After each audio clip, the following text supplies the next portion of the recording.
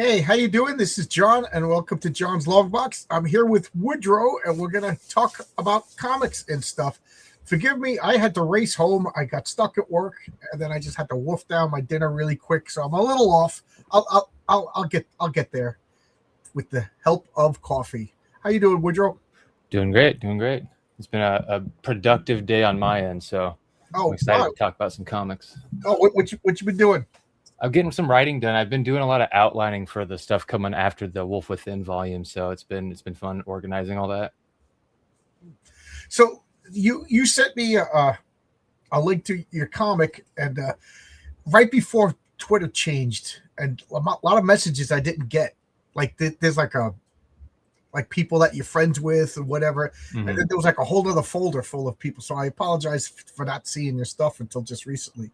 But it Oh, no looks worries. good. Yeah, your comic looks good. I appreciate it. Thank you. Yeah, yeah. So if anybody else sent me a message and I didn't respond, I respond to everybody. I'm one of those kind of people. I respond to everybody. So if I didn't respond, it's because I just found out that there's a whole nother layer of Twitter messages. Yeah, that encryption kind of messed up a lot of stuff on my end too. I also lost a lot of DMs. I Yeah, think I was searching for them. and I had to type in a password to get on my computer. Like I could do it on my phone, but when I do Twitter, like Renzo will send me messages, and then I try to get on my computer, and then I can't get those messages because I looked at it on the phone, and I can't. It's just drives me crazy. It was so much easier, encrypted. Hmm. Me and my friends talking about Star Wars. Why do I don't need it? I don't need it encrypted. I'm not Yeah, that important. exactly. So uh, you sent me a comic, and are you the writer? Are you the artist? What do you do for your comic? So I'm a writer. I started doing the storytelling thing like really early on, and a lot of people here are like these giant fans of comics. They've read all these key issues, and that's actually not really how I got to writing comics. My experience with comics as a kid was more of like opening and taking my grandfather's comics and tracing the pictures in them, and then making my own stories Oh, on top I of got to that. stop you right there. What were your grandfather's comics? You're going to tell me that like, these are my childhood comics. I'm going to feel old. So, Turok Son of Stone were ones I found. There were some Western ones. I don't remember what they were called at the Okay, time. And then, but he did have some Spider-Man. So so, he got a couple superhero stuff, but it was mostly like older, like what are like they? Dell Gold, comics and Dell and Gold Key. Yeah, Gold okay, Key and okay, Dell. all Yeah, right, yeah. all right, all right. Yeah. Turok Son of Stone was probably like what really got me into the medium of comics itself. As a kid, I was obsessed with dinosaurs, and being able to like trace them and make them fight Spider-Man in my own wild stories was probably what got me into loving the medium itself, even though I didn't read like all the key issues of everything. Yeah, those Dell and Gold Key comics, they almost didn't have real continuity, so you could just read them out of order. Mm-hmm. I think people don't realize it, but I just lost my train of thought. People don't realize it, but like Dell was the biggest comic book company of all time, and I think that's one of the secrets is just any kid could pick up any comic and just read it. Mm-hmm. There's a lot to be said. Like I'm a continuity guy, but there's a lot to be said The for episodic. that old like you watch Tom and Jerry. There's no order to Tom and Jerry or Mighty Mouse or Bugs Bunny. Everything's its own thing. I like everybody saying hello to each other. Ray Hala, haven't seen you in a while, Ray. How you doing? Unhinged, good to see you. And Garfield's. Oh, where's Garfield? Oh, there we go. Garfield's good. I just wish YouTube would go back to the first names instead of these last names. It's driving me crazy. Yeah, the at names are kind of annoying. Yeah, because I know everybody's picked names. You know what I mean? Mm-hmm. Yeah. So okay, I got to ask you, since like me, you're a writer. You saw like the past week has been like every year or so. What's more important, writing or art pops up? Yeah. Did you contribute or Not this time, but I've basically solidified my opinion on that years ago because it's a collaborative medium. So it depends on what way you're talking about it, but it takes both of them. Some people they prefer art more, some people prefer story more. But in my opinion, what stays classic is the good stories, whether it's written story or whether it's the story through sequential art. It's the good stories that stay. superficial stuff always fades and just kind of regurgitated over time. It just comes back and goes away. Classic Steak because of that good story. Right. No, nobody's talking about any Deadpool or Youngblood stories there, Rob Liefeld. Nobody's talking about any early Image, and like I keep saying to people who are around for Spawn, when did you stop collecting? Because everybody stopped collecting. There's only like 3 people that I know who never stopped collecting. And what's the great Spawn story? His origin is a premise. It's not even a complete story, but I always say the same thing. Art sells the comic, but story keeps people coming back. Yep. So that's it. They're both important. But even Rob Liefeld and I'll dare say Todd McFarlane are forgetting that their art is telling a story. It's writing. Otherwise, just draw poses. Just draw your character posing. Yep. But just the fact that just the fact that Spawn is jumping off a building, landing on the ground, throwing a punch at the bad guy, that's all right. That was all written by a writer. They didn't just randomly draw Spawn and then a Martian and then Spider-Man and then 4 people walking down the street. You know what I mean? Like there's a story that was written. So yeah, Todd, you're a good artist, but it's, just make a calendar then if that's what you feel. Yeah. Well, if a writer, or if an artist wants to make a book all on his own, he does have to become a writer, right? Like you said, Correct. He can't just draw a bunch of pictures. So unless he wants to make an art book or a calendar, yeah. But when we're talking about a comic book, why are you picking comic books then if you think it's just art that sells? Yeah, it's probably a little bit of ego there. That's both sides tend to dig their heels in when this conversation comes around, but people in the middle seem to come to the same conclusion. Yeah, I can't draw to save my life. I'm a writer, but I admit that comic books are about the art, and I've come to the conclusion that the art should tell as much as the story as possible, but there is a story there. Like when Renzo draws this beautiful splash page, that's my writing on that splash page. I told him to draw that. I described it. Sometimes I even give like size, like this is a big panel. You know what I mean? Things like that. Or could you draw it from above looking down? That's all right. Not that that's my ego, but Renzo just didn't randomly draw something in my comic. You know what I mean? Todd McFarlane didn't just randomly draw something. There was a script that told him to draw this. Same with Jack Kirby, although Jack and Stan was a little loose. So I think I agree with you. It's ego. It's a marriage of both. You can't have one without the other. But I do admit that art should tell all the story. Like the silent issue of G.I. Joe. Mm-hmm. That to me is like the perfect comic book because anybody in any language could read that. But sometimes you need words, and that's, words are there to tell the story that the artist can't tell. So that's my stance on it. And I think anybody who picks one or the other is absolutely wrong. Yeah. You should be able to pick up the story just from reading it for sure. Right. That to me, that's good art is important, but good art without, and I call that storytelling, the ability for the art to tell the story flawlessly without confusing the reader. That's storytelling. Jack Kirby was a master of that. Like because of the way that Stan Lee just basically gave people, a thumbnail of a script, and the artist had to convey the story so well that 3 months later, when Stan was writing the dialogue, he didn't remember. That was 40 stories ago. He was like, oh yeah, okay, this happened. Then he filled in the dialogue. They all became masters at flawless storytelling. And to me, that's the most important part of a comic. Like I've seen beautiful art, but I can't tell what's going on because the flow from panel to panel is garbage. Mm-hmm. And that's writing. Like it or not, that's part of the writing. So I have a question for you then. As a writer, when you're getting because you have your dialogue and everything in your head when you give the script to the artist and stuff, but how many times do you get the art back? Do you like see a facial expression or something or a flow of movement where you have to feel like the dialogue needs to be tweaked to fit the page? How often do you think that happens? All the time. Time. Okay. Yeah. So from I don't know what you do, but I daydream about my script for like months.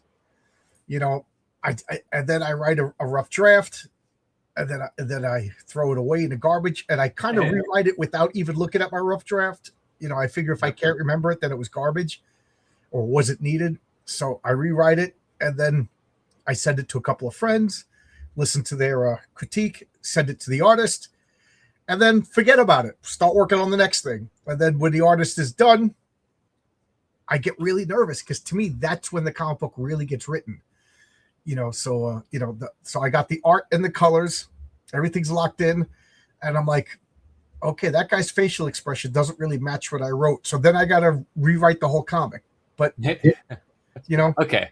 I'm glad it's not me because I felt that way too. You know, it's like because you have all this stuff in your head and all these things you're kind of like married to, and there's that thing where they tell you have to learn to kill your darlings or let your darlings go. You have to learn that there's some things that you can't get everything in. You know, you got to let go of some things, and that's one of the ways that helped me grasp that is like getting the art back and sort of re-editing and moving stuff out. Another thing too, like for instance, this character Takeru Okazaki, when I was first thinking about who he was, what his powers were, right? Because all these characters have these power sets and all this the power levels people talk about. And I was like, okay, what do I want to give him? And first off, I wanted to give him all these cool powers, but then you start writing or playing with it and you realize like, okay, well, why doesn't he just use this power to solve this problem? Or why doesn't, and then you start realizing you can't have all of the, you can't make Superman unless you have to change how you write the story if he's overpowered like that, because it's not about him just solving the problem. It's about everything else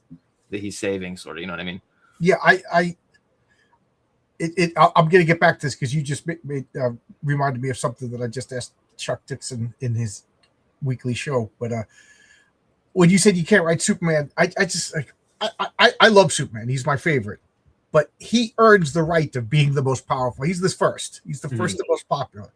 But like, I would never put Superman's powerful characters in my story because I don't know. They need to struggle. I know it's like hypocritical because I want Superman to be the Superman. I want him to be the greatest of the greatest of the great.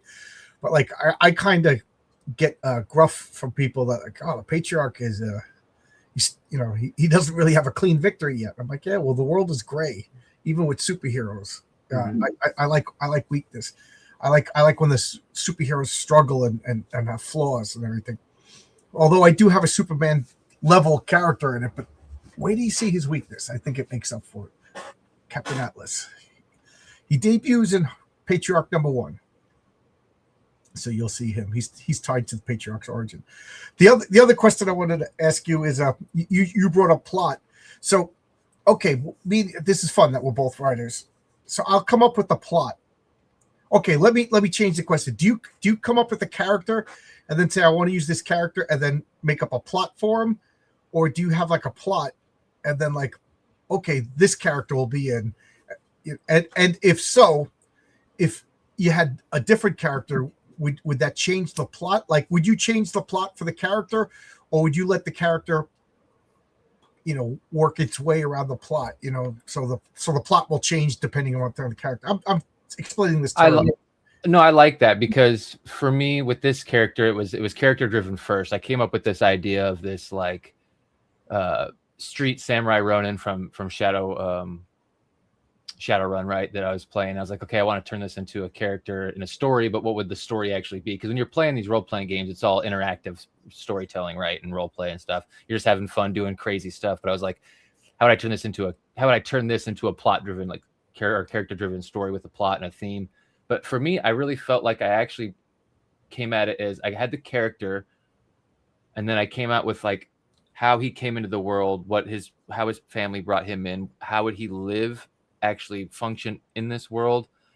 And then from there, I kind of thought like, oh, okay, so this is who the character is. I want him to go on this journey. So it was kind of character first with this one, but I have had plots in my head where I was like, okay, what cool characters could I design to fit this plot? So I've done both ways.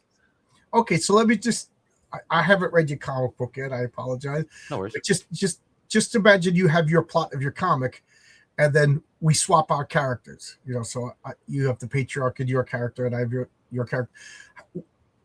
would you like write the same story and just railroad the patriarch, or would like, okay, he's different. He has different ways of solving. He has different powers, so that he's gonna ruin my plot. I think it would change the plot. I think it Yeah. would, because the character is so different. The theme that changes all the themes. It changes the tone. It changes. So I think, by osmosis, the plot would have to be modified. Yeah. I was thinking, because have you ever read comics and you just like, this isn't the way the character behaves, and then you're like, oh wait a minute, this is because they need the plot. Like I've been doing on Sundays. I've been going over the X-Men, the Claremont run of the X-Men, and I just the issue where they got captured by Arcade. What was that, 124? And like, why did Scott Summers just stand there and do nothing? How did Spider-Man not find the garbage truck where the Cyclops got kept? Because they needed to get captured, because otherwise the comic wouldn't happen. And that kind or my famous raging example is Superman versus Doomsday. It was a foregone conclusion that Superman was going to die, so Superman fought stupidly. He didn't use his flight. They stayed on the ground and they punched each other, knocking over buildings, and then Superman, like, why didn't Superman pick up Doomsday and they fly to the moon? Yep. Or grab him by the finger and toss him into space or something like that. You know what I mean? Like, because we need him to die. Yep. And also, I think it's like you said, they had that point in their head, so they're just trying to get there instead of thinking like, how can we make it the most entertaining way to get there? I think they're just focused on getting there and getting to the next thing, because like you said, they have like 40 stories set out or whatever. They have all these things. I think at some point you just kind of get into the motion of things, and I think you start getting stories like that where things happen for the sake of them happening. Yeah, I just wrote a story.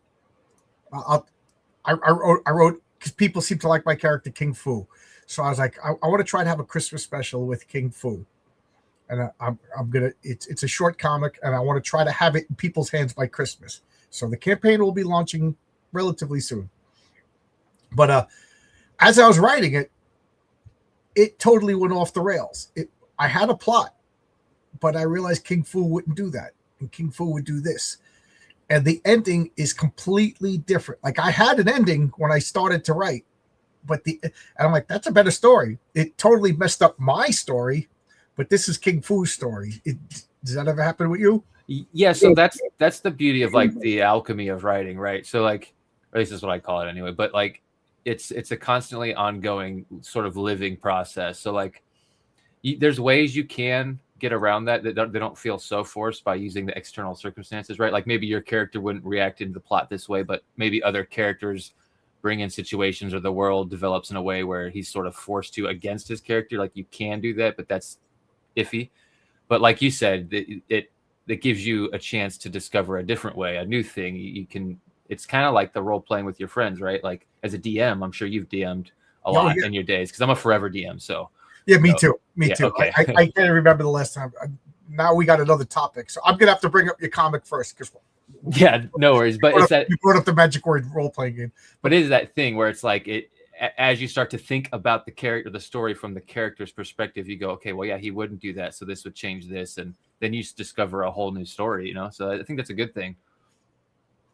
Have you ever written this story and you're like, oh, the ending just happened? Yeah, it felt anticlimactic. Almost. No, not anticlimactic. Just like, this isn't the ending that I planned, but I kind of got swept up, and now this is the ending, and this is better than I planned. Yes, got you. That kind of happened with this story. I don't want to describe exactly how, obviously, but I did have an idea of how I wanted things to go, and then as I was going through it, I realized there needed to be a little bit more punch with certain things for there to be the weight that I wanted. Because I'm a big fan of Cowboy Bebop, and with Cowboy Bebop, like, the characters, a lot of that stuff happens in their past, but they're carrying that weight through the whole series, and I really liked that aspect of it, and it was one of the things that inspired this character, about like his life and the weight of it and everything. So I kind of lost my train of thought there for a second. It's okay. It's okay. I do the same thing all the time. I just keep talking until I get a point. But I wrote the second Mary Sue story for Heroic Tales #3, And I was just like, this ending, just I was like, no, no, no, no. There has to be something. There has to be one more. And I just don't. And I was like, oh my god. First off, the ending is horrible. It turns my story into a horror. I didn't realize I was writing a horror story when I started writing the comic. I'm like, this is a horror story, and I'm like, I immediately sent it to one of my friends, and they were like, ugh. But I didn't plan that at all. Nothing. It was not that, I like that. It's fun. And then I just wrote another story just 2 days ago, and the ending was not a happy ending, but like a typical superhero ending. And then the ending is like, again, it turned into a horror story. And I said to my friend, he goes, "Oh my god, that ended pretty dark." I was like, "I know." I wonder if like the real world is like getting to me. My last 3 stories have really dark endings. Oh, I felt that too, because when I started writing, it's like I felt like maybe am I just like some weird edgelord or something? Because like I was writing all this dark stuff, and then I actually forced myself to write a kid's superhero. It's almost like a Shazam character, as this character I made up. And so like I wrote just a few scripts of this like character who was very kid friendly, very like happy go lucky, just to kind of get out of that mood. Because I know what you mean. It's like you almost get caught in these like cycles, and it could be, yeah, the effect of the real world and everything weighing down. But yeah, I feel that sometimes. I'll bring up your comic in a second, but my artist that I mostly work with is Renzo Rodriguez, and I asked him, I was like, "Could you do like an Archie style?" And he was like, "Yeah." I said, "I mean, not like aping Archie, but more like a kid friendly, because I have a character that like again is gonna be." Her premise is she's good. She was just born good. She's like naive, innocent, sweet, and like like this. It's almost gonna be like a Scooby Doo thing. It's like her friends are gonna be like, the first story is gonna be like, we're gonna go to a haunted house, and she's like, ah. And like everybody's like, it's not a haunted house, because she's so good that the vampires run away and the werewolves leave. You know what I mean? Like she's just so good that and she's lucky. And I just think I think that's just a reaction to how dark the world's going. I just want to make up this like sweet, lovable, happy comic story. You know what I mean? I don't know, because my last couple stories have been really, really dark. I think it's good to do that though, to like switch the tone up and get out of that mind frame. Yeah, I love Mark Miller's writing, but I can understand why some folks don't. Yeah, Mark's been on my channel. We've chatted a few times behind the scenes, and I will say I'll never read anything by Nemesis again. That character is just too dark for me. Like Kick-Ass is borderline. The humor in Kick-Ass makes it so that I could deal with it. But like the TV show The Boys or the comic The Boys, it's I don't know, the world is dark enough, and I don't want to live in a world where the superheroes are the bad guys too. I want the superheroes to be good. Like it's okay if there's villains as long as there's good guys. But The Boys, everybody sucks. I don't like that. Yeah. Lord Raptor Jesus, how you doing? Good to see you. Hey, what's up, Raptor? Did your channel get nuked? Because Lord Raptor Jesus, I was watching the YouTube thing. Then last night I went live, and then I went back to finish up the YouTube, and it wasn't there. Did something happen? Did I miss it? And the same with Outer Pangea. Did something happen that I don't know about? I love dark endings, but my family's German. I was raised on darkness. Yeah. Oh, German fairy tales. This is about as dark as it gets. Garth Ennis definitely hates. Yeah, Garth Ennis hates superheroes. I get that. So don't write superheroes. He wants to write war comics. I like his war comics. He wants to write westerns. I like his westerns. A friend of mine bought Preacher, and I avoided Preacher because it just seemed like wallowing in violence. But somewhere around halfway through point, my friend convinced me, and I went and I got all the back issues, and I finished it. It was like a gigantic arc. It was like a gigantic redemption arc. So I ended up liking Preacher a lot because but the TV show, of course, missed the point. Took out only in America could this is going to sound awful, guys. Someone's going to clip me, and I'm going to get in trouble. But only in America could Jewish producers make a Christian story and then remove all the good stuff about it. Can you imagine if Christian producers made a Jewish story and took out all the good stuff and just made it making fun of Christians? I mean, making fun of Jews. That's what the Preacher TV show was. It took out all the pro-Christian stuff. That's a shame. Yeah, Garth Ennis was great on Punisher. Absolutely, he got me to like the. I didn't like the Punisher until Garth Ennis. Sorry, Chuck Dixon. Sorry, Mike Barron. Well, I always felt like the Punisher didn't fit in the Marvel universe. I always felt like if he was going to be something, he should just be his own character. It just felt weird to see him with superheroes, but that was always my thing. Kind of almost. I agree with you. Fits because of the supernatural aspect, but I see the Punisher. And then to see him teaming up with Spider-Man, I'm like, no, Spider-Man would stop. Yeah, 100%. Yeah, Spider-Man would stop. Like Daredevil would stop him. Like he should be avoiding Spider-Man, avoiding all of the superheroes. The superheroes have to stop the Punisher. He's killing people. You know what I mean? Yeah, most of the people that he shoots deserve to die, but like that's the difference between superheroes and vigilantes. Spider-Man has to stop the Punisher. Yeah. So I'm going to bring up your this, okay? So this is a trailer. Yeah, this is an animation. I sort of had Pedro. He did a animation for me that's kind of like a Saturday morning cartoon intro for it. So it's not necessarily like a commercial for the comic, but it is just sort of like a little bit of the story in sort of like a cartoon animated form. I could play this? Yeah. Yep. Okay. Takeru Okazaki, the Wild Wolf of Tokyo. I don't see why the guild mocked you a hazard. You don't look so tough.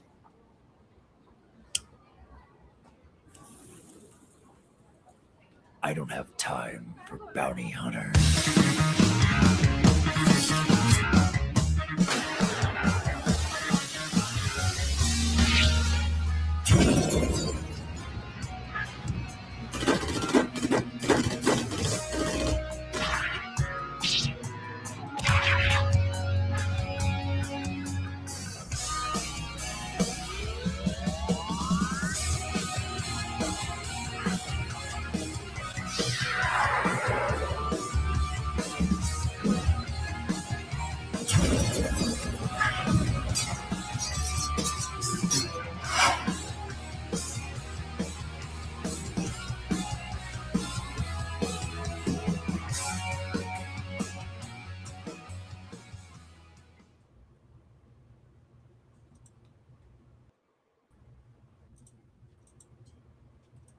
Yeah, so that's a little animation that Pedro did. That was cool. It's still playing behind the screen. What is going on?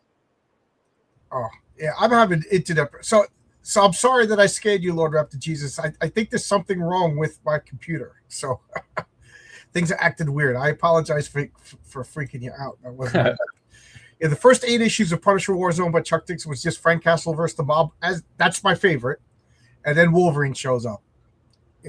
I could see Wolverine working with the Punisher, but not Spider-Man. Pedro's so good. Yeah, I like that. It reminded me of a Teenage Mutant Ninja Turtle cartoon art. Yeah, I was really excited by having that animation. It's really cool to see something you created like move like that. Is pretty dope. And so like the power sets in this are people's auras. They basically train their auras to do different magical effects. So that's why you see like the dragon aura and the wolf aura coming out and stuff like that. So like basically the power sets in this book are all tied to people's living aura, and the protagonist has his living aura stripped from him as a child and replaced with the demon. So that affects his nature, why he looks the way he does. Okay. Is it okay that I'm showing this? Yeah. This is the free issue. People can find the link to this in my bio on my Twitter, and then the link. Let's see, I think. Yeah. Okay. Is this okay? Yeah. Show? Yep, Okay. all this is good to show. Yeah. Okay. Yeah. I really like this. Like I said, you were in my like whatever folder that I didn't know existed, and then I clicked on I'm like, this comic looks good, and this guy thinks I didn't like him. So I felt really bad. That's why I reached out to you as soon as I saw it. But this looks awesome. Now, first off, is this available? And if so, how can I get it? A physical copy? So The physical copy is not available yet. This is a Okay. free digital. It's a 32-page, like zero issue, basically like an origin story. This will be printed in the full volume, because what I want to do is, unfortunately, I didn't start with a small 24-page floppy and build up to a volume. I kind of jumped in the deep end and I wrote a whole 60-page story and then a 14-page stinger, and then all the stuff that I wanted to have as an origin I used as a sort of a free story, so people could read it and get an informed opinion as a customer. So, like, if they wanted to spend money on it, they could. Because when this all first started, CG and this indie scene or whatever, there was a lot of people asking for money up front for something and making a lot of promises, and I get why people would do that, because it's a lot of money to do this. Yes, it reduces the barrier to entry, and it gives you opportunities. I still believe crowdfunding is a good, necessary, noble thing, and without it, a lot of people wouldn't be able to make art. Mm-hmm. However, some people abused it, and now the trust has been lowered. Yep. So I just wanted to put my money into it and show people that I mean what I'm doing. Like, I love my stories, because I have all kinds of stories. It's not just like I had one idea. I've been constructing stories my whole life, whether it was telling stories around the campfire and Boy Scouts, like I said, tracing my grandpa's books and making my own comics when I was a little kid before I could even really remember. It was the D&D stories as a DM. You're constantly coming up with new worlds and new stories and that. And so my whole life I've been writing stories, and this was the only medium in a way I felt I could actually do it. So I saved up a bunch of money. I found artists and teams who, when I talked to them about doing this stuff, they cared about sequential art telling, like storytelling in the art. They cared about the themes, the characters. They seemed enthusiastic and passionate about it. So as soon as I had all that, I just was like, okay, I'm all in. And I went in and built a really big story. So that will be when it goes to print, which hopefully will be this year, because I'm building a website right now with Ray Haylock, who's been in the chat. He might still be in there, but he's helping me build a website and the campaign for it, where you'll get this story here, Tokyo Blues, all these 32 pages printed with an extra 74. So you'll get Tokyo Blues with a Wolf Within, and then Goro Serpentine Sire, all printed hopefully this year. Oh, cool. So, yeah, I've been scrolling down, and I've been paying attention to the storytelling. I obviously I can't read on the screen. mm-hmm. I'm just an old fart. I can't. I mean, I can, but it just drives me crazy. So I'm just looking at the artwork telling the story. Now, I'm sure I'm missing a lot of details, but your storytelling is spot on. Now, how close do you work with the artist? Do you give him a script, and then 3 months later you just get something back and you're like, okay, that works? Or is it, change this, we need to do this, It depends, because I've worked with technically 3 artists, but I have a team of 2 artists, a colorist, now an editor that's on full time within Brian Kiskow. He's going to help me go forward, yeah. Which is he's an awesome dude. Yeah, Brian's a great guy. He's one of the people that I just throw scripts at, and he's not my editor per se. He's just like a friend that reads my stuff. Yeah, and he's honest, which is nice, because that's something that people really need to know. Is like you can't just give your shit to anybody and expect them to give you real feedback. So I say that hurt my feelings. Hurt my feelings. My very first feedback really hurt my feelings, but I think it saved. My first comic book would have been awful if this person didn't hurt my feelings. Yep. You need it for growth, man. You have to learn how to do this stuff, and it takes hearing things you might not like to hear, or because you get so tied to things. But so I've got Brian Kriskow helping me edit from here on out. I've got Rick Joseph doing the lettering, and his lettering is amazing. Like, I love the lettering in this book, Tokyo Blues. The colorist is Mika Barbrusco from the Barbrusco team. Her husband drew this book. So Tokyo Blues going forward will be kind of its own little mini series within Okudi Inu. It'll kind of be like little prologue stories that go along to each volume will be like Tokyo Blues, and that'll be the team with for that. And then Mika and Bruce are doing the main stories. Bruce is an artist who lives out in Texas, and his art is the art you saw in the the thumbnail and the art you posted on Twitter, that's his art of the first page of the book. And the team I put together, I'm extremely happy with. They both have really good sequential art telling. Yeah, like I said, I'm double checking the storytelling, and I think I could tell you the story, and I'm sure I'm going to miss details because I'm not reading it, but like I get the gist of the story. And to me, great art is a given. A comic book has to have good art. You know, it has to have good art. But if it has good art and bad storytelling, that's dead on arrival, if you ask me. You know, and that's Image Comics. Early Image Comics was just a disorganized mess. Again, I'm sorry. Oh no, I was just gonna say I wish I could remember the comic, but you're right about that early Image stuff. There was a book, no shade at Dan, because I actually like Dan, but Dan Fraga was a Dan Fraga book with some other people, and it took place in Arizona, so I was like excited to read it because that's where I live. And I start reading it, and I'm like, wow, there's just nothing here. Like there was less there than there is in like the early 90s action flicks, and I love 90s action flicks, but it's always like it's like some of the easiest, you know, storytelling there is. It's like, you know, guy's girlfriend's in trouble, guy goes and saves his girlfriend sort of stuff. But in Image, it's like even less than that in some of the stories. So yeah, well, what I'm talking about is like in those Image Comics, it's I'm making this up because I can't remember the exact, but like the worst example was Rob Liefeld's Supreme or Youngblood. It's like Supreme's on a building, and then the next he's flying on a planet, and then the next he's like on Earth. It's like, what's going on? Like, it's like it's each picture is just a separate picture that doesn't refer to the like. A comic book has to be a very slow motion picture. You know, like when I say slow, I mean like, you know, when you look at the film, the old school film, now it's all whatever digital, but you know, like you see the cells and you could see the character slowly moving. Like, so it's like you take every 30th frame and put it together. That's a comic book. You know, this one leads to that, which leads to this, which leads to this, like a chain. Whereas Image Comics was just poses of people, and sometimes the people weren't even drawn the same. You know, I'm not a fan of early Image. You know, the good comics were the exception. The good artists were the exception. I know I'm a bad guy, but I'm an 80s Marvel guy. Well, I kind of agree. Excellent. I'm following along the story without reading.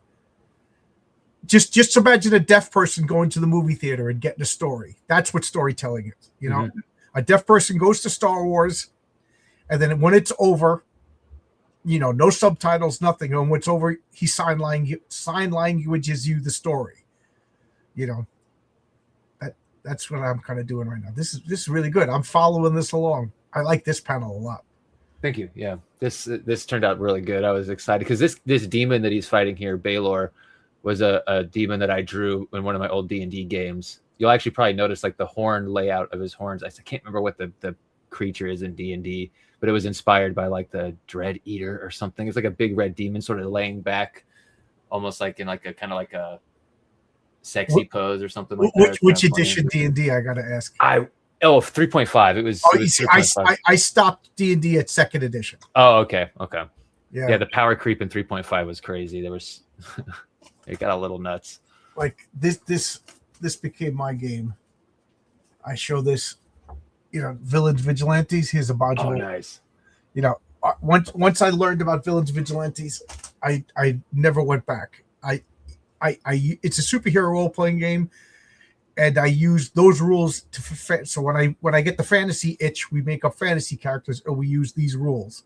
Oh, gotcha. Nice. Yeah, yes. Homebrew. So so like we could go to this world, which is a sci-fi apocalyptic world, and we could go to this world, which is a superhero world. We could go to this world, which is a fantasy, but it all exists in the same multiverse because that's the way comic books work. You know, Doctor Strange could zap you to the fantasy planet, you know, and Wolverine could go around fighting orcs.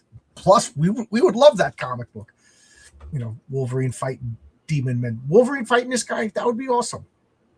You know, I like this. Good story. So tell me, what's the name of the main character? I can't pronounce it.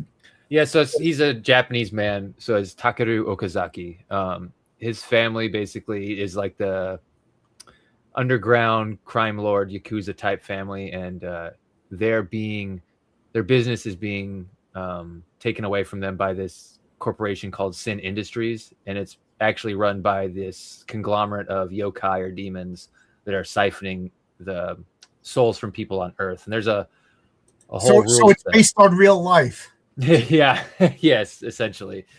But it deals a lot with like the soul, life and death, the consequences of fear and inaction. So it's like it follows a tragic character who is kind of a reluctant hero. He sort of doesn't want to go on his hero's journey until essentially he's forced to. So it's not your typical happy story, but this right here, this is awesome. That's a cover. Oh, thank you. Yeah. Now I gotta ask, writer to writer, did you describe this, or did you give, you know what I mean, to the artist to draw? So this was a description. I like wanted him standing over the head as he was sort of sucking the demon essence, because the wolf, the Okude Inu, feeds off of evil spirits essentially. So the Okude Inu, the inspiration for the spirit that he's possessed by, is actually sort of, in my opinion, it's an analogy for the way like the decisions we make in our life, and can we stand by what we do, or are we just kind of going with the flow and not having any discipline? So what it is it's a wolf or a hound that stalks these paths in Japan at night. And if you are on your path and you stumble off, meaning like if you're living your life in a poor way, it will pounce on you with like supernatural speed and devour you. But if you fall and you say a little saying, I can't remember exactly what the saying is, but it means like, oh, I need to take a rest, or oh, I'm tired. The wolf will assume that you meant to do that, and you're meaning to take a nap. So you're not weak. You're meaning what you do, and it won't attack you. So it's like an old ancient story, but the way I saw it is sort of this metaphor for living life. And I wanted to tie that into the character in a way. So I found this way of doing it, which I really like. When people will read, they'll kind of see the parallels there. And I'm pretty excited for people to read this. This looks awesome. This looks really, really good. Yeah, the colors are outstanding. Yeah, Mika did an amazing job. Yeah, I mean, just this is the kind of stuff that I look at the colors and I realize the color is just so good. This is just like a mundane panel, and I don't mean that in any bad sense of the way. I mean, this is something that exists in the real world. A bunch of people going by the water. There's a bridge. There's a house, and it just looks so good. You know, it's hard. It's hard to make like there's no explosions. There's no sword fights. There's no demons. There's just people hanging out by the water, and it's just so pleasant to look at. I really like this.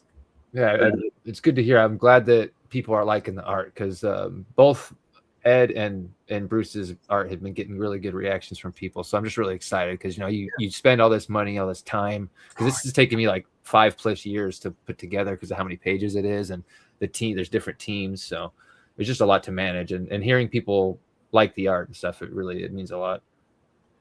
Yeah, I mean, like I said, I'm not reading any of these words right now because my eyes are just tired from coming home from work, but I think I'm figuring out the story, and that's I gotta ask, what are the names of these characters? So that's Zenkoku and Mitsuki. Mitsuki is kind of like a Joragumo succubus woman. She uses what's in men's hearts, like their inner sin, and turns it against them. And she can kind of control people, like in D&D, it's like she can suggest to people. She can't outright control them and manipulate them, control them, but she can kind of suggest they do things. And if their heart already kind of wants to do it, she can turn that into a blazing fire and they act on it. And Zankoku is an Oni. He basically is like a storm demon.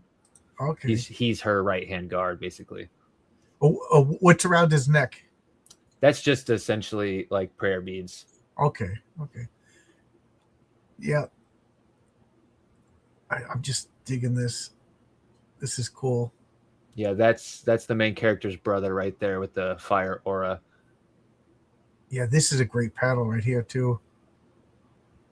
A lot of good. This is really good, man. I can't wait to get a physical copy in my hand. My eyes are tired. I didn't realize this is like her. I thought she was wearing like a carapace or something. This is like coming out of her body.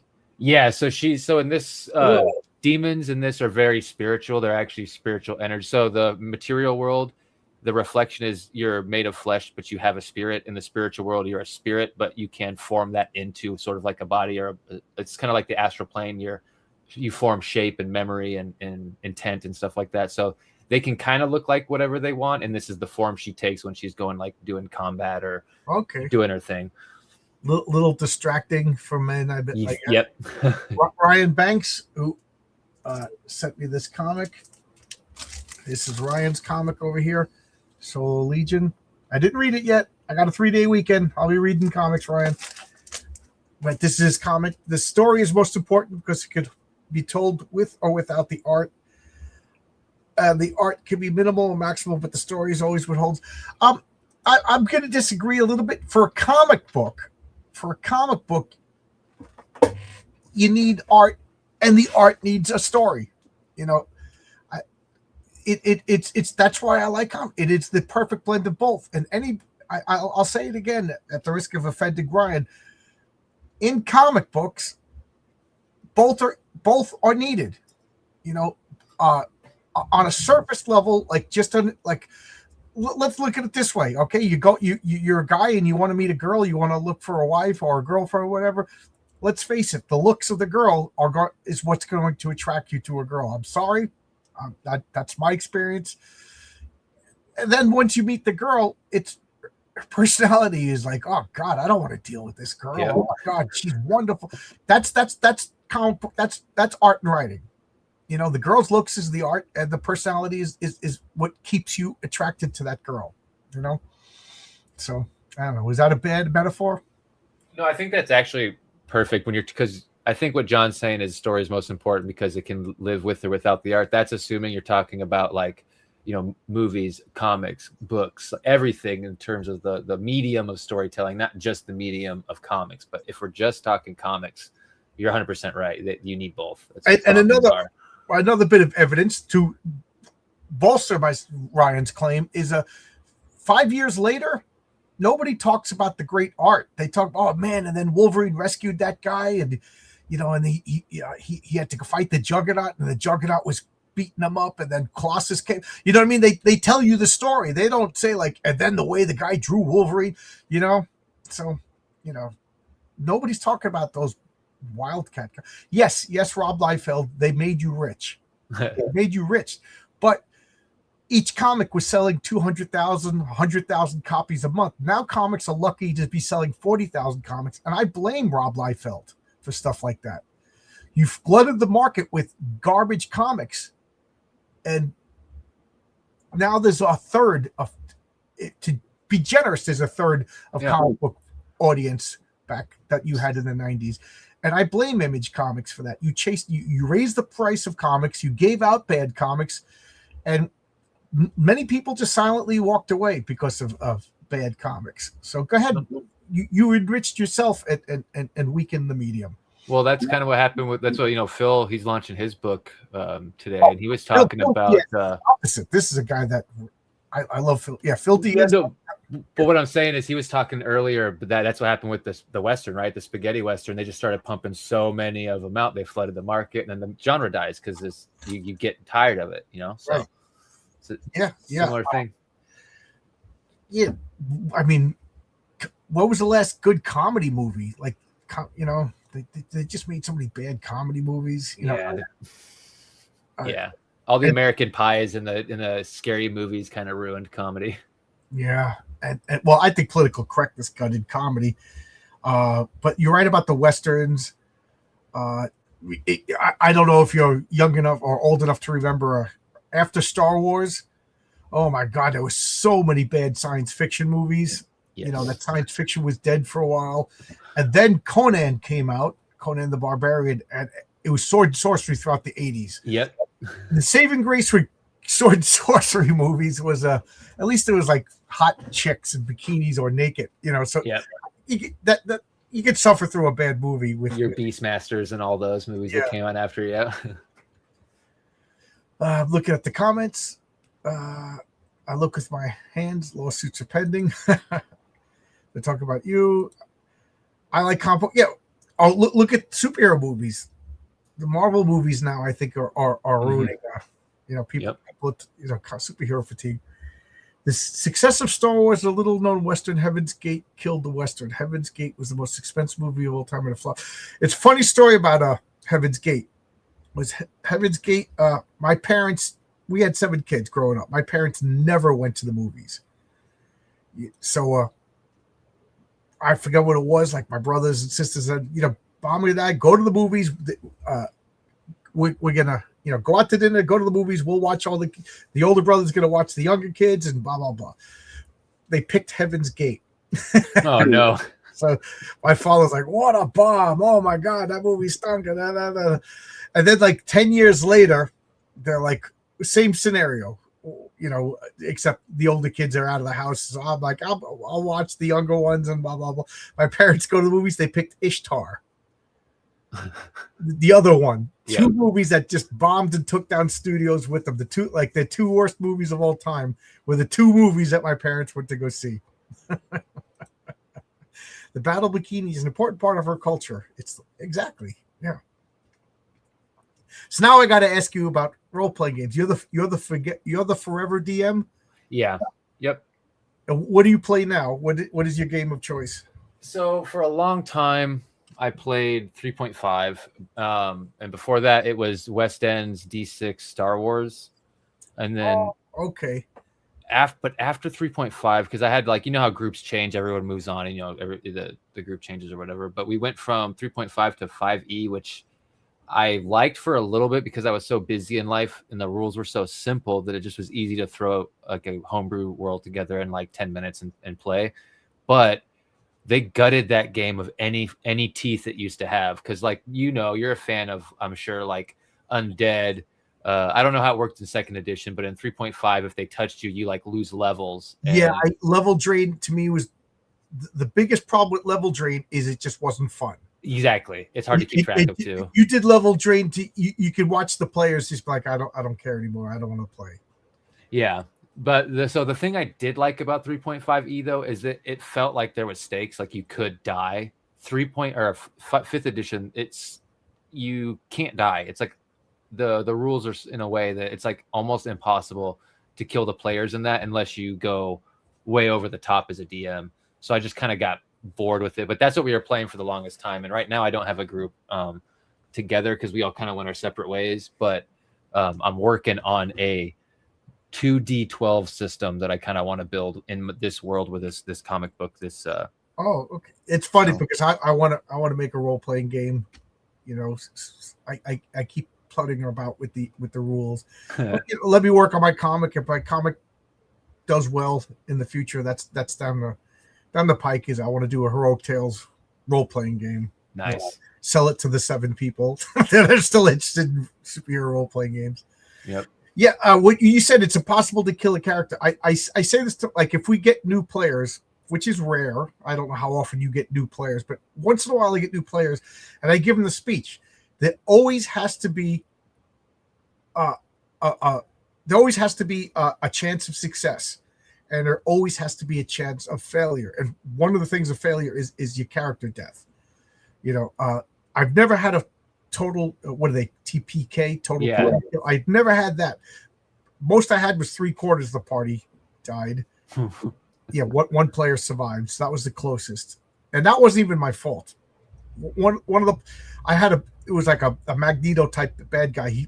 It was the cheesiest superhero plot in the world. He used his power, stole a nuclear missile, and threatened the world. You can't get a more basic superhero story than that. So one of the characters was like a robotic character, like a tinkerer, and he says, "I'm going to jump on the nuclear missile, and I'm going to deactivate it." I said, "Okay, you're going to make a skill check." And villains vigilantes, 20 is the worst thing you could roll. 1 is the best thing, so it's the opposite. Okay. So if you roll a 20, you're detonating a nuclear bomb. And they're over the Atlantic Ocean. And he says, "Okay." Rolls the dice, and he just goes by everybody. He killed. The only reason why one of the players survived is she was basically a female Hulk. Oh. So she survived, and she had 600 hit points at first level kind of character, and she had 3 hit points at the end. And so that wasn't my fault. I hey, lose everybody. I think you're back. Oh, So okay. sometimes the dice, they have their own plans. They tell the story. Yep. And that's fun. This superhero game, it doesn't have critical hits and doesn't have critical blunders. So I made up my own critical hits and critical blunders table. And it just adds so much fun to the game. I don't know how many times we just laughed outright out of our stupid. One of my friends, Daniel, he was like so happy when he critically blundered. He was the weirdest player in the world, and it just added so much flavor to the character. How you doing, Wiggle? You got to come down and play board games with us. You got to come down. That's one of those things too about the role playing games that are so fun. It's always fun when you have a group of people who they'll lean into the failure just as much as they want to lean into all the successes, because it really does make it fun when when you mess up, make the mess up fun. Like you're right. You're gonna fail, so just enjoy it. It's just a game. Yeah, I agree. I had a couple of players. Nowadays they say min max. The old days we used to say munchkins. And that kind of works in D&D. I was just saying yesterday, you got to grab the +6 sword, the mighty armor, and everything like that. It's only natural. But with superheroes, you shouldn't really be min-maxing. Like if Spider-Man beats Dr. Octopus, he doesn't incorporate Dr. Octopus's arms into his arsenal. Yeah. You know what I mean? And a couple, I remember I had one player, his character's name was Shadow Man. And Shadow Man could turn invisible, he could create shadows, and then paradoxically, he could shoot lasers from his eyes. So he would come out as a shadow and then shoot lasers at people. He was a pretty cool character.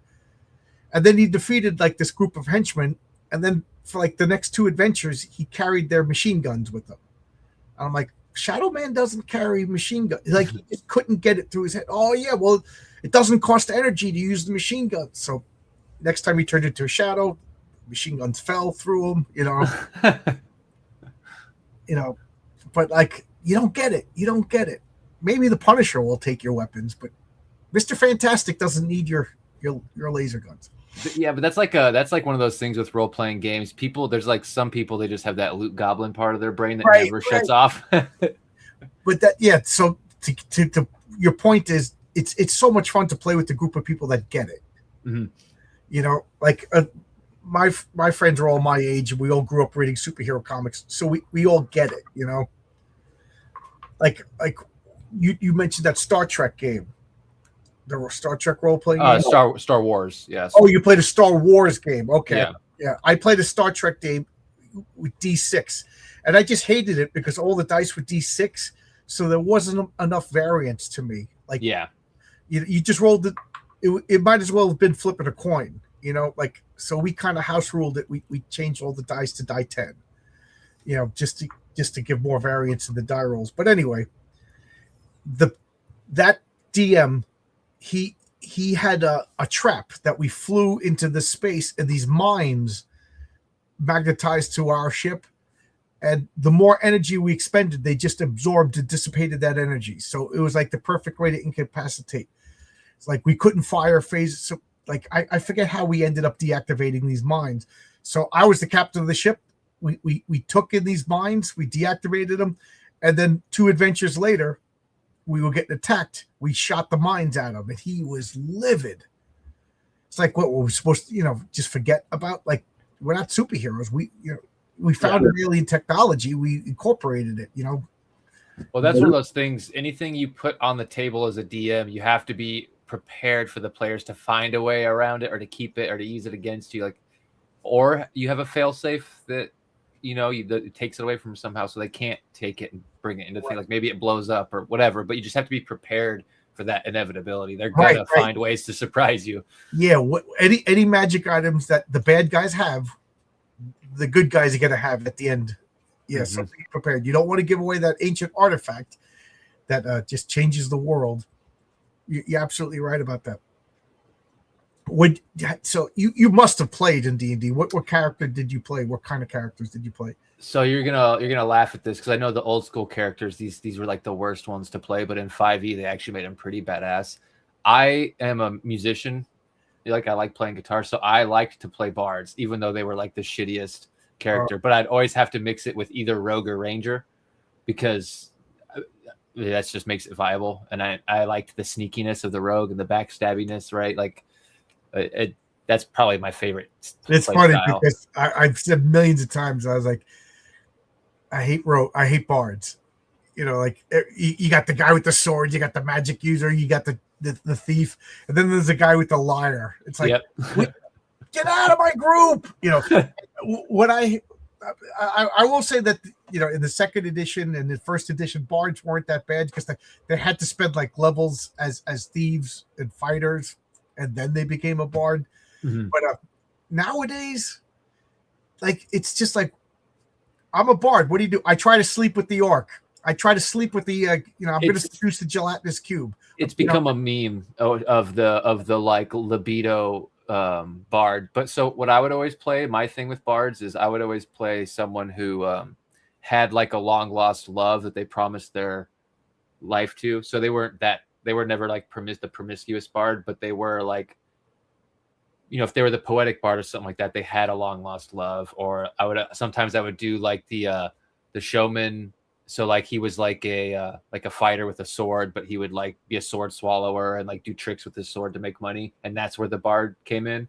So it was more like that because I think in was it 3.5? It may have been 5e, but like the bards, the way you can play them is you can just make their spells sort of to where they're just helping everyone else, or you can do crazy shit to like crowd control and take control of people. I personally like to always help my teammates and then back them up. That was kind of like, I liked that. So I play healers sometimes too, because bards can kind of double as healers in the newer ones. So that was kind of like my play style. What I wanted, I hate bards. Mm-hmm. So I want to play one just to see, you know, if I'm wrong, and then to try. And I like, but I'm always the DM, so I never get to. So I was thinking of being like a con man bard. Yep. Oh yeah, fast talking bard is a thing. You can. Oh, it is. Okay, yes. I thought I was being clever. Okay. Well, I mean, like you can. It's a play style, right? Like because bards are typically like people think of them as like actors or musicians, but the thief bard that fast talks people out of their common sense is a thing, 100%. Okay. Like I was thinking of like John Constantine in the original. In the comics, you know, to me he's almost more of a bard than a wizard. You know, he's not, you know, doing typical wizard stuff. He's a con man rogue. So I always thought he would be a cool bard, you know. And then I don't know. Here we go. Zaktan. Oh wow, you can bring up the comments. Yeah. I have an OBS thing that lets me do it. But he says the College of Swords bards, that is a cool thing too, because it's basically like, they're warriors, but they're showmanship warriors, sort of. So they do all these tricks with their swords, and that's kind of where their showmanship is. So there's these cool variations of bard that make it more fun to play, as opposed to, like you said, just the guy who wants to sleep with everyone and he has a lyre when everyone else has like these cool weapons and he's just kind of like sticks out like a sore thumb.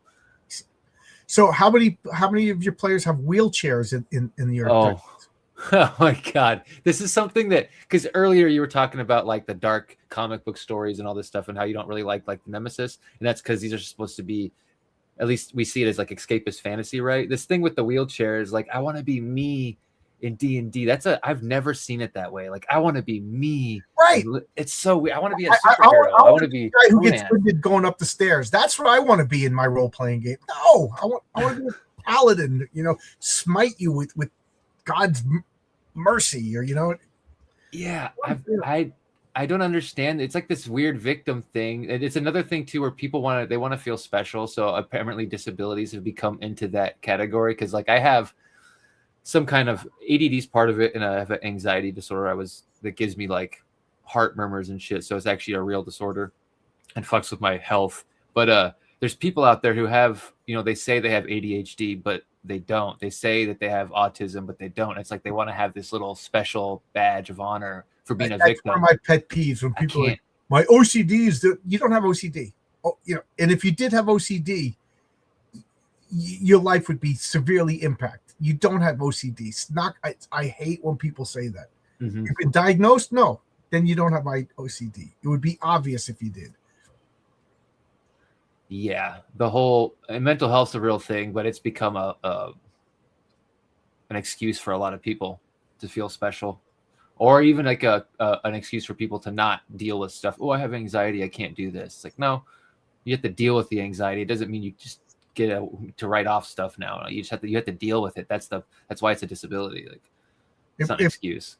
Brian, I was listening to Wiggles channel on the way home, and they were talking about the infamous happy birthday incident. And, I wish I saw it live, but I was actually, me and Brian were talking when it happened, so I was there. I was a witness. I also didn't sing, but for some reason, Brian got singled out.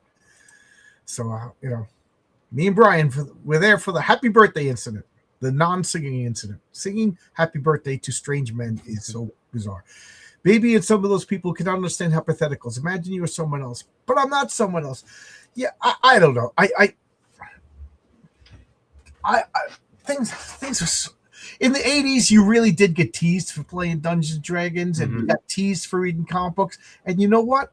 It weeded out the casuals.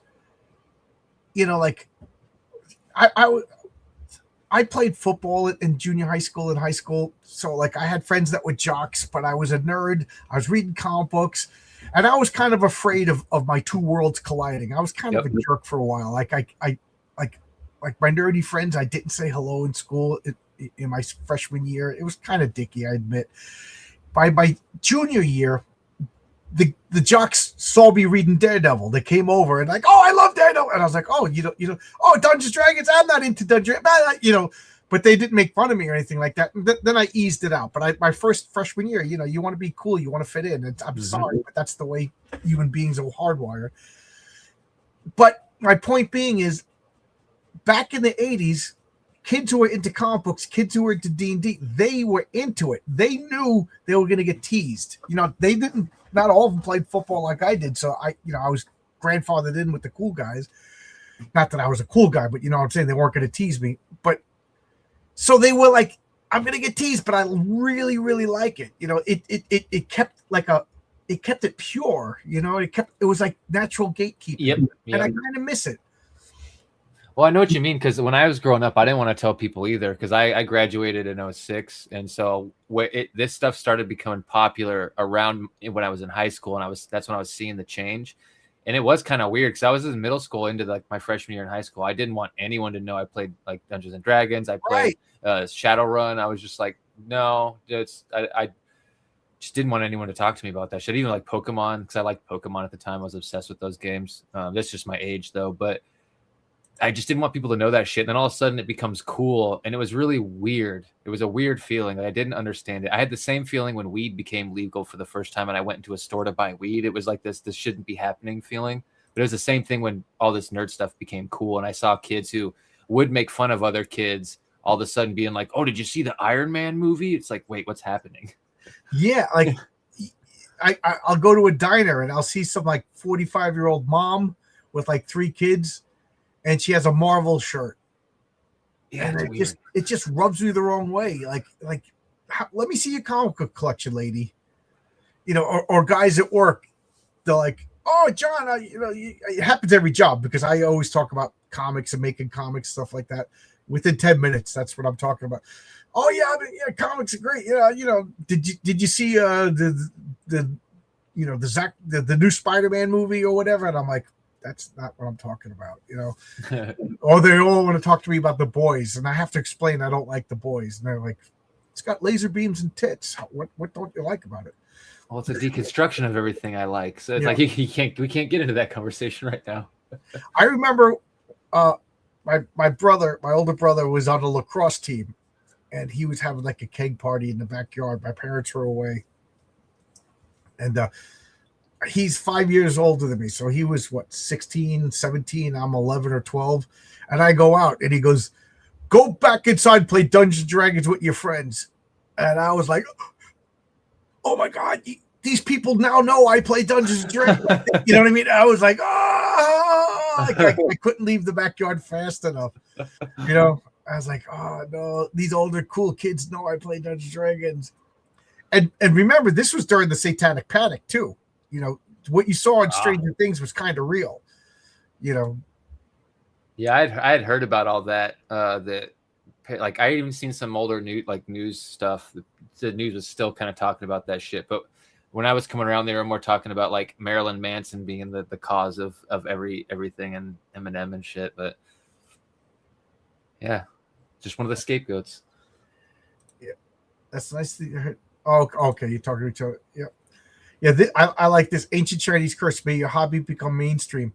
Oh, I remember me and my friend Jimmy, we were into punk rock. We used to go to CBGBs and see all the bands and stuff like that. And we got into the Chili Peppers when they made their second album, Freaky Styley. And we just like everybody was listening to fast hardcore punk and everything like that. And all of a sudden we just got into to funk and started, so we tracked down, we got the first Chili Peppers album. Then like within the year, the third Chili Peppers album came out. And people, I remember the guy at the 7-Eleven used to be like, oh, the two Chili Peppers, you guys must be their only fans, Yeah.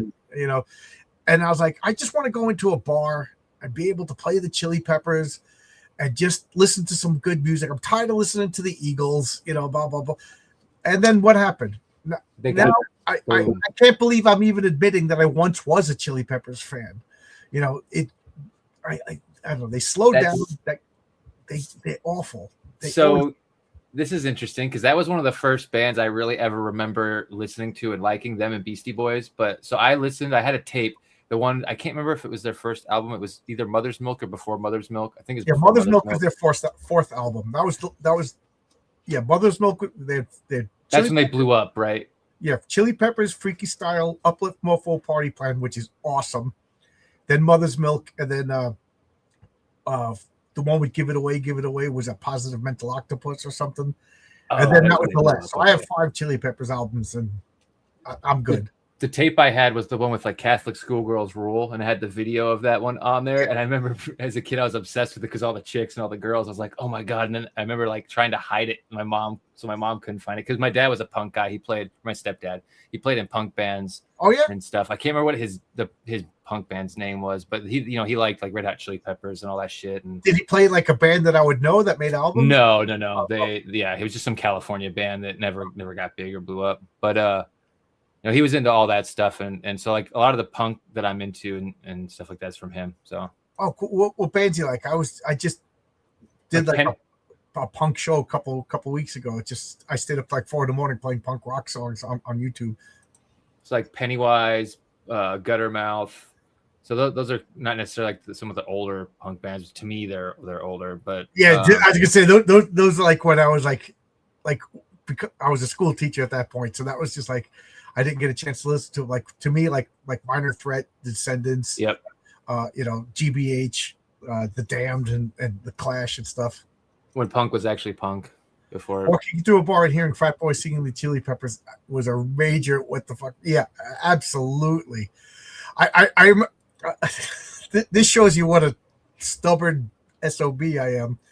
Is I remember there was this girl in my school. Her name was Marianne, and she was like the hot girl. And she wasn't necessarily snotty or anything like that, but she could.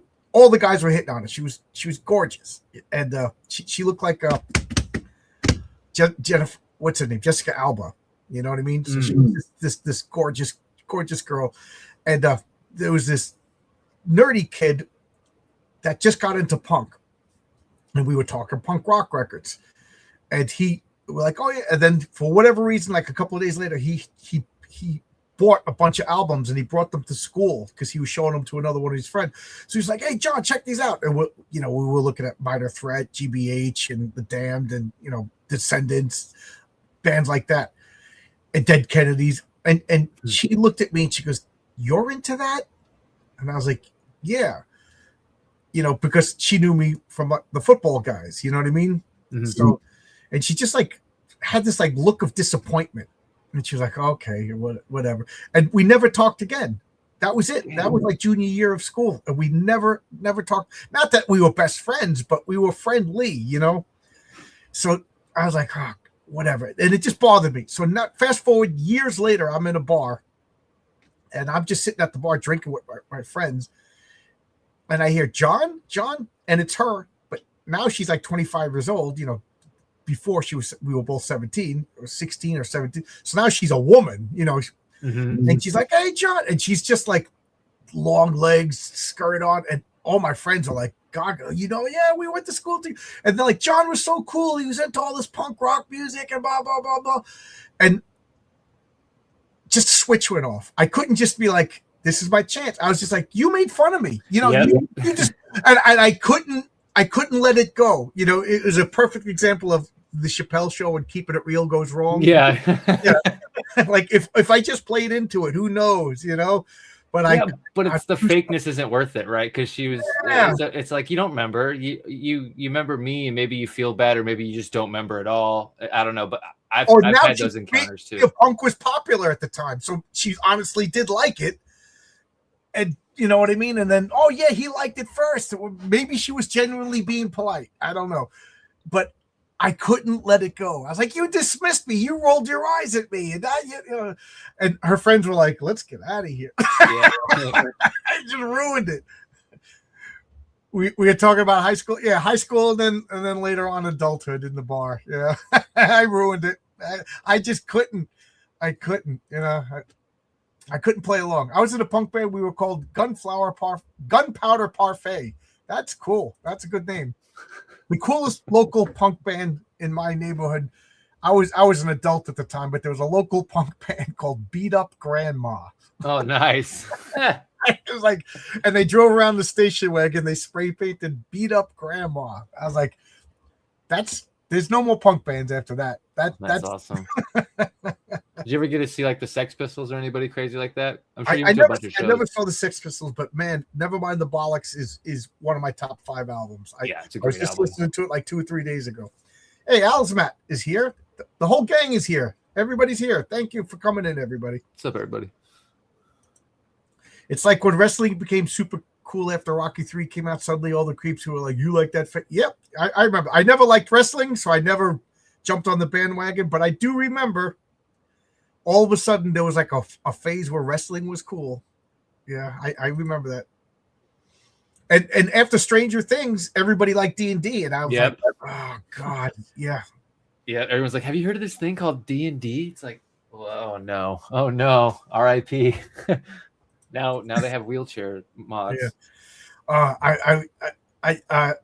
I collected the Dungeons and Dragons comic books. I think it was by IDW. They had I forget even the name of but they weren't bad. And then I forget. I'm messing up the company, but there was a Dungeons and Dragons comic book.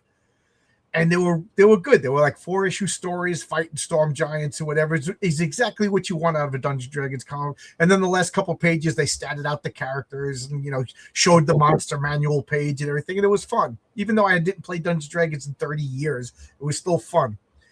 And then another series came, and it was written by, I forget, but it was one of those, the fake geek girls that your boy Zach used to mention. And I was like, oh, I'm still. And it was literally like, with all the stereotypes. It was like the girl was the best, the warrior was a paladin, and the girl paladin was making out with the female sorcerer. Dwarf was a black guy dwarf with like a beautiful, well manicured beard with like berets. I was like, what the hell? And I was pissed because I pre-ordered it from the discount, so I got the next 3 issues. Like, it is the first time in my life I did not get the 4th issue of a miniseries. That's how bad it is. I never say I'm OCD. I say I'm anal retentive, which is a polite way of saying you're an asshole. Yeah, now orcs are Mexicans. Thank you, Stranger Things. Okay. Yep. Am I talking too much? Sometimes I get carried away. No, you're good. I was just trying to answer someone in the chat because he's asking me that about is amazing that you could bring it up on your little thing. I gotta learn how to do that. Yeah, OBS is kind of cool. I've been learning how to do that because I don't want to use StreamYards. I'm just trying to find free ways to do it. But the thing with OBS is it's like software for broadcasting software. So like it has a learning curve to it. Well, I could barely use StreamYard. So Out of Pangea says you didn't play D&D till 2013. What edition did you play, Wiggle? What edition did you play? Again, I don't have the rule book right here, but I joke, but it's not a joke. If my $100,000 stretch goal is, I'm not going to call myself a king or anything gay like that, but I'm going to have all my friends come to my house here in New York. We're going to sit around that table and we're going to make up like, if you come, you stat out your character for your comic book. I'll run the DM. I'll be the DM. Renzo, when he gets here, he'll be the patriarch. You know what I mean? And we'll sit around the table. Rini will be one of the characters from Fiendish if she wants to come, and we sit around the table and we record it. We do it live and we play a role-playing game, something stupid. Bad guy steals the nuclear bomb or whatever. And give it back to my community. Arc the logo is, this is you. Okay, Arc the logo, side profile. Okay.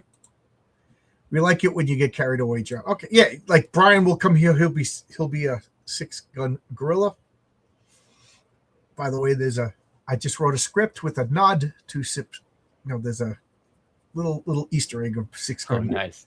That's actually one of the fun things about writing too, is like putting in little references to things and hiding stuff to see if anyone notices them.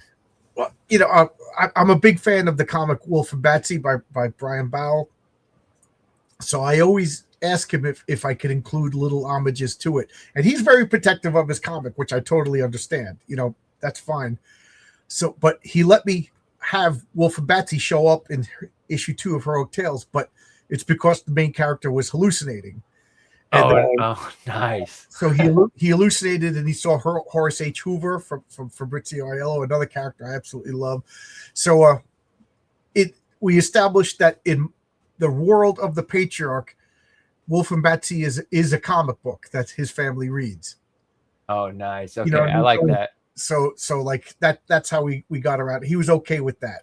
At the end of the first book, you have something in there that's Wolf and Batsy too. It's like a comic, right? Like a little. Yeah, there's an ad. Yeah, the advertisement. And if you notice, there was a scene where and first off, thank you for buying my comic book. Thank you. Oh yeah, no, it's good. I like it. And there's kids with the Wolf and Batsy stuffed animals. Oh, I actually didn't. I had to go back and re-look through it now. And the patriarch flies by. There's a billboard with Horace H. Hoover on it. Nice. I like stuff like that. That's cool. And then Thomas Valiant from RJ's comic, he's one of the hallucinations. Bill Williams' character Versima is one of the hallucinations, and Tonic Bowls from Saving the World, Lily and Wep Wopwet. I freaking love those characters. So I've got a question for you just real quick. The patriarch, if I'm not mistaken, the way the power is he's a telekinetic, right? Who uses it in ways because you're reading comics, you're always like, why don't the telekinetics do this and this? Because they can do so much. So what gave you that idea? Because I've never heard you talk about specifically the inspiration for how his power works. I'm just kind of curious because I'm intrigued by it. Okay, well, he has telekinesis. He has psionic abilities. So he has telekinesis. And he also has, there's really no name for it, but I call it like telesentience. He could take all 5 of his senses, almost like an astral projection, and send his senses out. But his body doesn't have those senses. You know what I mean? So it leaves him vulnerable. So if you notice in the comic, whenever he's checking out his family, he's high in the sky or he's whatever, because you could literally walk up to him and start stabbing him, and he wouldn't notice until his senses came back. So he'll put like a telekinetic shield around him. But anyway, I wanted to make like an homage to Superman, but I didn't want him to be Superman. Mm-hmm. Gotcha. And when we played our role-playing games, I had a character that had telekinesis, but he was acting like Superman. And I thought it was fun because the players thought he was, the bullets were almost bouncing off, but they started to notice. And once they figured out how his powers worked, they figured out how to overpower him. Now, I'm not going to tell you why he acts like that. That's part of the reason in Heroic Tales 1. It's tied in. Everybody knows it. In my world, there's one way to get superpowers, but the government doesn't want people to know how to get superpowers. So anytime somebody gets superpowers, the government, like the handlers, show up, and they basically make you an offer you can't refuse, and then they make a false origin. Oh. Okay. So because of his false origin, he acts like a Superman. And if it Gotcha. was up to him, he would just be Mr. Telekinetic. So he, you know what I mean? And by the time the comic comes out, he's already been a superhero for 25 years. He's kind of slipping up. Like, Gotcha. you know, he used the telekinesis to pull over the remote control. That's something he wouldn't have done 10 years ago because he was playing by the rules. Patriarch #1, which is my next comic, shows he kind of breaks with the rules. He has enough, you know, which is going to cause problems for him in the long run. Nice. But I like that. I can't I believe like- this close to launching. So I liked in the book. I liked the scene where he basically like bluffs the guy, right, with the heat vision like that. I thought that was a cool way to show that. Cool. it's funny that you said that because one of the guys who read my comic, that was his biggest criticism. He goes, the first time we meet the patriarch, he lies, so he's a liar. And I said, no, he bluffed because the way now that you know he's telekinetic, he literally has to stop each bullet. Okay, so he saw the bad guy had a Tommy gun. If anybody knows a Tommy, Yep. So Patriarch, if you'll see sooner or later, hopefully, you know, if I make a lot of comics, he was a little freaked out. He was like, oh no, I have to stop every bullet. And there's a room full of people. So he bluffed. You know, I'm going to, you know, I fused your gun, blah, blah, blah. And that guy punked out. Or somebody would have gotten hurt, probably killed if he came in guns ablazes and used his powers. So, and I also think of it, he's a father. A dad doesn't just kick open your door and start beating everybody. Dad's, hey, Woodrow, calm down. Tell your friends to stop talking. I got to go to work in the morning. Can you be quiet? You know what I mean? Mm-hmm. And the second time he comes, so that's the way he does. In the second issue, that's kind of how he got beaten a little bit because he was trying to reason with an unreasonable bad guy. You know, he used, you know, so I try to think of him as a dad. What would a dad do? If, you know, I'm sure that dads would kick open the door and take out the belt and start smacking people right away, but that's not the patriarch. You know. Yeah, well, that's also looking at lying as a really, really black and white, right? Because he's weighing, like you said, the cost of everything in the room versus this one. Right.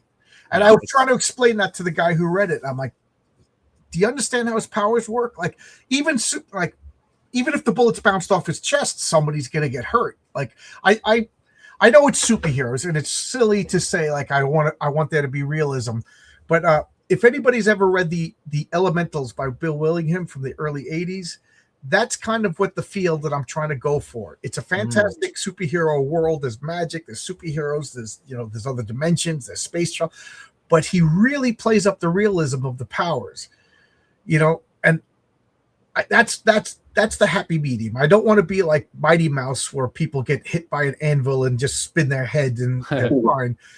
And I also don't want, you know, like The Boys where it's just horrible and dark. evil. Yeah. But I do play with there's one way to get superpowers, and the government it's necessary because maybe I'm a cynic, but I think, and I learned this over COVID, most people would become authoritarians if they could. I think you're right. I think a lot of people wouldn't be able to control it, and they'd want to shape the world in their image because they think they're doing a good thing. But who's to say that, you know, their image is the right way? So yeah, I think you're right. I think like if I think of it as the One Ring from Lord of the Rings. If the average person had superpowers, I'll be gracious enough to say that most of them would want to be good guys. But sooner or later, the temptation, with great power comes great responsibility. Well, with great power also comes great temptation. And most, I would say, like in my world, most people by far with superpowers are bad guys. So the government, they're coming down on the superheroes, but they kind of have to. And the patriarch is one. There's only like, again, I only have 2 comics, so you don't know the whole world, but there's only like 4 or 5 superheroes with as much experience as the patriarch. And they all have reasons for being good. Like the patriarch is grounded. He goes home to his family.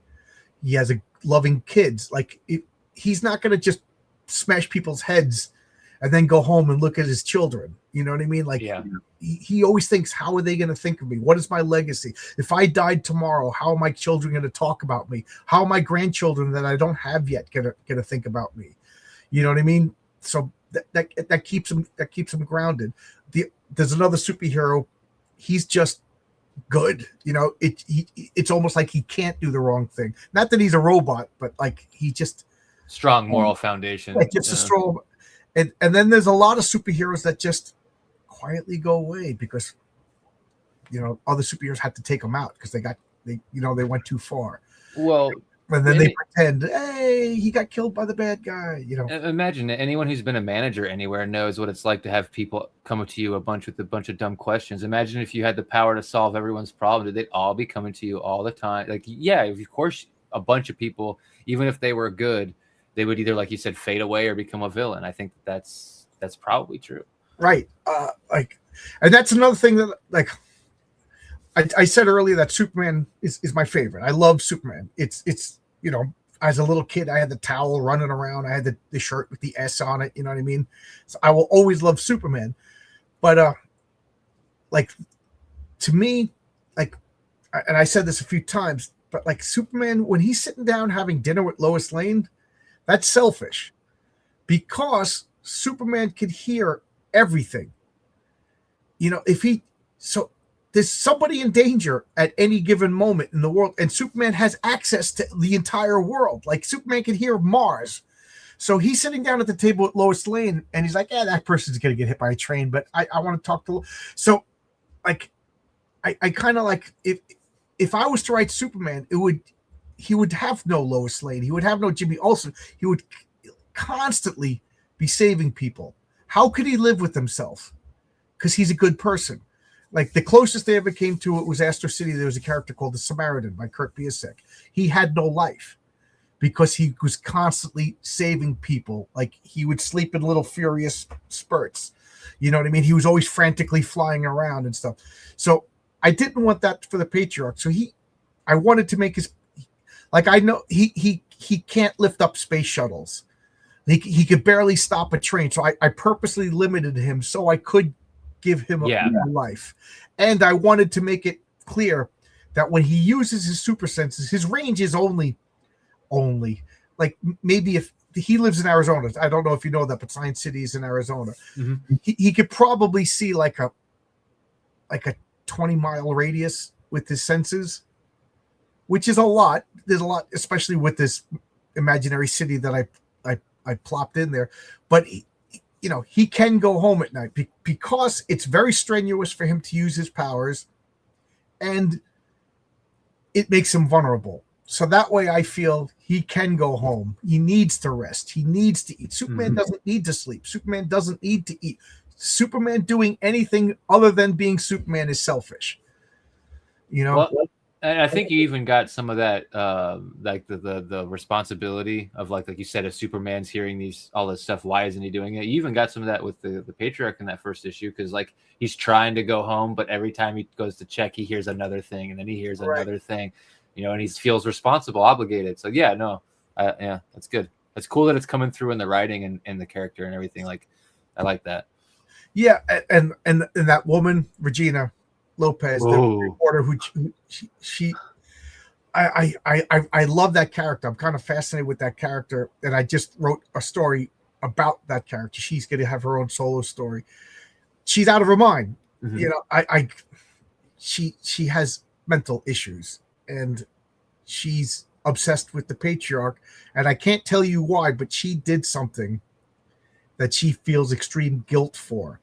And the Patriarch has every reason to let her fall to her death, but the Patriarch is a good guy, and that'll be explored in Patriarch number 2, Nice. Yeah. But like he says to her, one of these days, I'm not going to be here to do this. She's I don't know. She's one of my favorite characters. Tony Grigo, who always has great comments, he says Tom King wrote a story where Superman explains to his son that he does hear people's cries all over the world. He just chooses to ignore him. Leave it to Tom King. I can't stand this guy. And now Tony Grigo gives me more reason to not stand.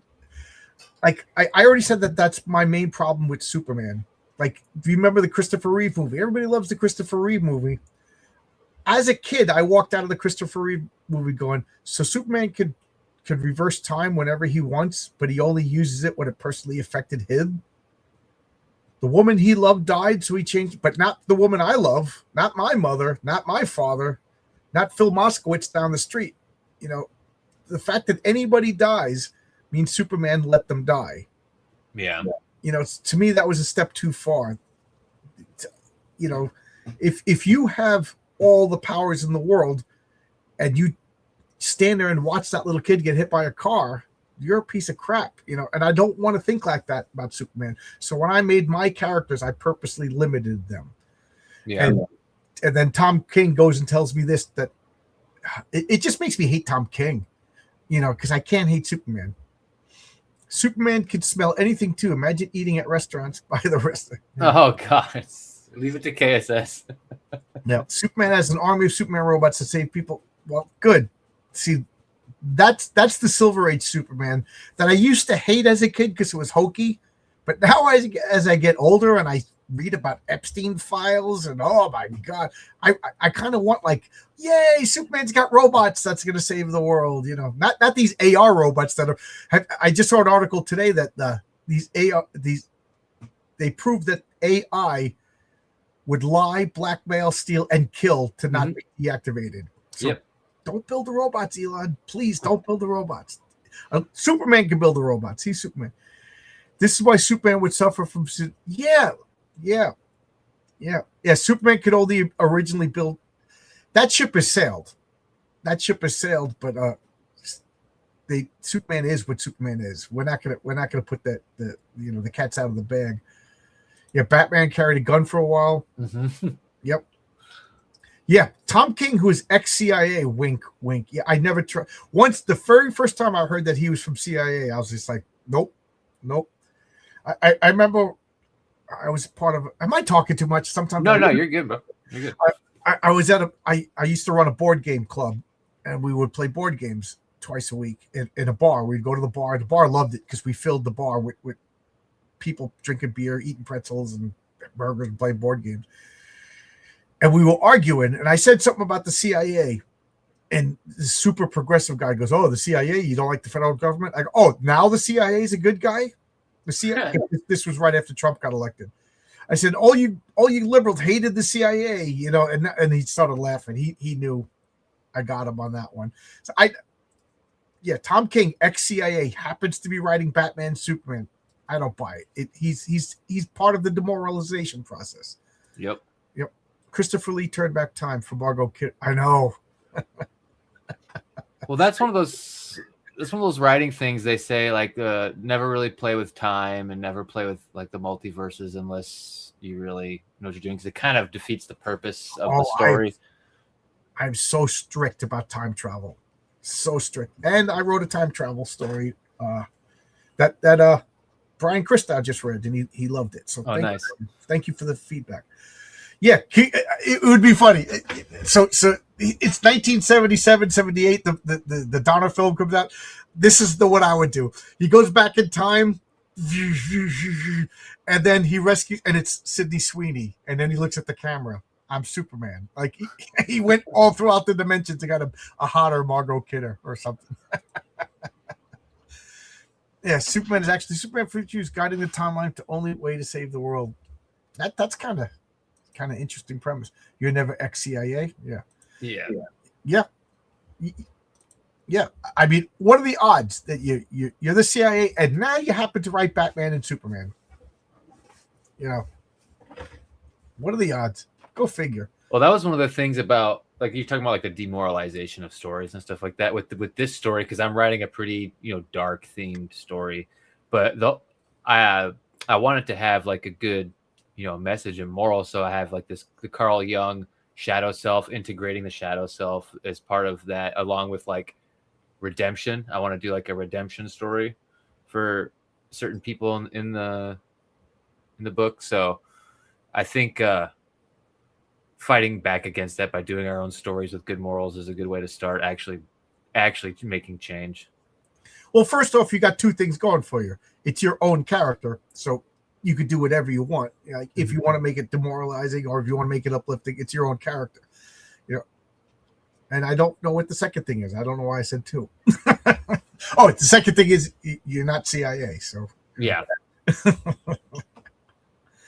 Oh, wow, we've been talking for almost 2 hours already. Anything you want to say? Am I? No, just my wife always says I talk too much, so I get self-conscious sometimes. I don't think I can post the link, but we'll put it in the private chat. And I can put it. In the first link that I put down in there. If people want to go read Tokyo Blues, which is what the book you were showing off, they can go get it right now for free as a digital and read it. And if they want to give me feedback, I'm open to feedback. Just send me a DM on Twitter. They should be open. And look out. Sign up on the mailing list in that same link, and you'll be notified when I launch, which should be this year on my own website. So yeah, that's essentially it for me. Yeah, I got to get to bed. I got to go to work tomorrow, so I just ate dinner right before we talk. I work till 11, so I rush home, wolf down food, and I'm sleepy now. So I enjoyed this talk. This is a lot of fun. Come back, man. Especially, so is this a continuing series? How many? Yes. Okay. So this first volume will be like a big, it's like 100. If you include Tokyo Blues, there's 106 pages of story. That's to get people grounded in the character and the story in the world. And then from here on out, I want to do a continuing story of like 24-page issues, like single issues, and then build them into a volume. Then get the volume out there and then do another one. So it's an ongoing story. It has a definitive end. So it'll probably be like 3, maybe 4 volumes. It just depends on how the outlines all end up. Okay, cool. Yeah. I'm a floppy issue guy, that's just the way I am. I love that. So you're going to release them as single issues and then eventually collect them. Yes, after this first volume, because of the first volume, unfortunately, I wrote as a volume. But after this, there will be 24-page issues singly, and I'll release them probably newsprint, kind of what Phil's doing, and then in the collected issue. Yeah, we started talking about Phil, and then I distracted myself. Yeah, for those of you who don't know, and I'm sure everybody in this chat knows, Zaid Comics. That's Phil Diaz and his brother. They have a comic that just launched tonight called The Man with No Strings, #1. So, do you know where it is? Is it on Find My Comic, Kickstarter? It's on Phil's site, actually. Oh, that's right. It's on Phil's site. If you're still in the audience, or if anybody knows, just tell me the link, and I'll gladly put it in. I want to support that. I'm really impressed with this guy. They got a printing press and figured out how to work it, and they're making their own comics. That is awesome. Sick. And then the guy he's got on that book, Oliver Isabedra, actually did a cover for me, and he did all the interior pages of that aren't stories. So like my thank you pages, my credits, and all that stuff. He helped me put the book together. So Oliver is a great guy. So if you get a chance just to go check out Zaid Comics and support The Man with No Strings, and check it out. It looks great. Yeah, it's a Western, but weird. Yeah. I'm a big fan of weird Western. I want to do I thought I was so original. I have a Cowboys versus vampire story. And I saw everybody was doing stuff, so I just put it on the back burner. But maybe I'll bring it back now. It seems like it's getting popular. Oh, yeah. All right. So I got to get to sleep. So check out. I can't pronounce the name of your comic again. I know I'm going to massacre it. It's all good. Okuri Inu, The Wolf Within. Now, I got to ask, are you not Japanese? Because if you're not, then you're appropriating another culture and you should be shunned. Oh, yeah. You can shun me all you want. I'm appropriating a couple cultures in this comic. Yeah, I'm Irish and Potawatomi, so I am definitely not Asian. Yeah, I'm Irish and Italian. Yeah. Go figure. All right. This is a lot of fun, man. Come back whenever you want. I enjoyed this. Yeah, for sure. And let's see. Tomorrow night, I have It's Clobbering Time at midnight until my schedule goes back to normal. I'm going to be streaming at midnight a lot. And tomorrow, we're going to be talking about who's on your Mount Rushmore of comics. Tuesday at 11 a.m., I have Chuck Dixon. He's going to be talking about the 7 Deadly Sinners. I can't wait for this. He talked to me about this a while ago. I think this is, it's a Fast and Furious comic book. And then And then Wednesday night, it's a comic book team up with me and RJ. That's my week so far. So thanks a lot, everybody. And it's time for me to say goodbye, kids. Have a good night, guys. Good night. Thanks for coming.